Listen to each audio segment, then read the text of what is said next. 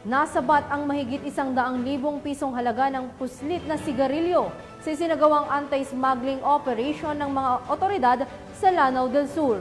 Patrolwoman Maricris Algabre sa ulat. Nasabat ang tinatayang 150,000 pesos halaga ng puslit na sigarilyo sa isinagawang anti-criminality checkpoint sa Barangay Tual, Picong, Lanao del Sur noong ika-30 ng Hunyo taong kasalukuyan.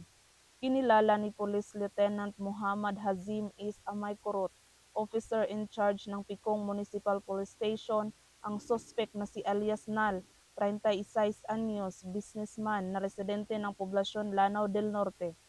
Naging matagumpay ang naturang operasyon dahil sa pinagsanib pwersa ng mga awtoridad ng Picong MPS at 2nd Provincial Mobile Force Company Provincial Special Operations Group na nagresulta sa pagkakaaresto sa suspect at pagkakakumpiska ng 8 assorted boxes ng mga puslit na sigarilyo na tinatayang nagkakahalagang 150,000 pesos. Ang naarestong suspect at nakumpiskang ebidensya ay nasa kustudiya ng Picong MPS para sa dokumentasyon bago i-turn over sa Bureau of Customs para sa tamang disposisyon.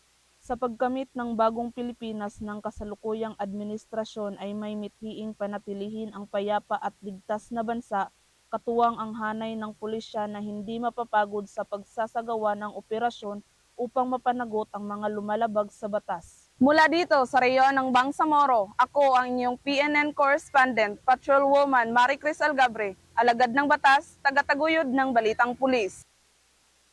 Salamat Patrolwoman Algabre.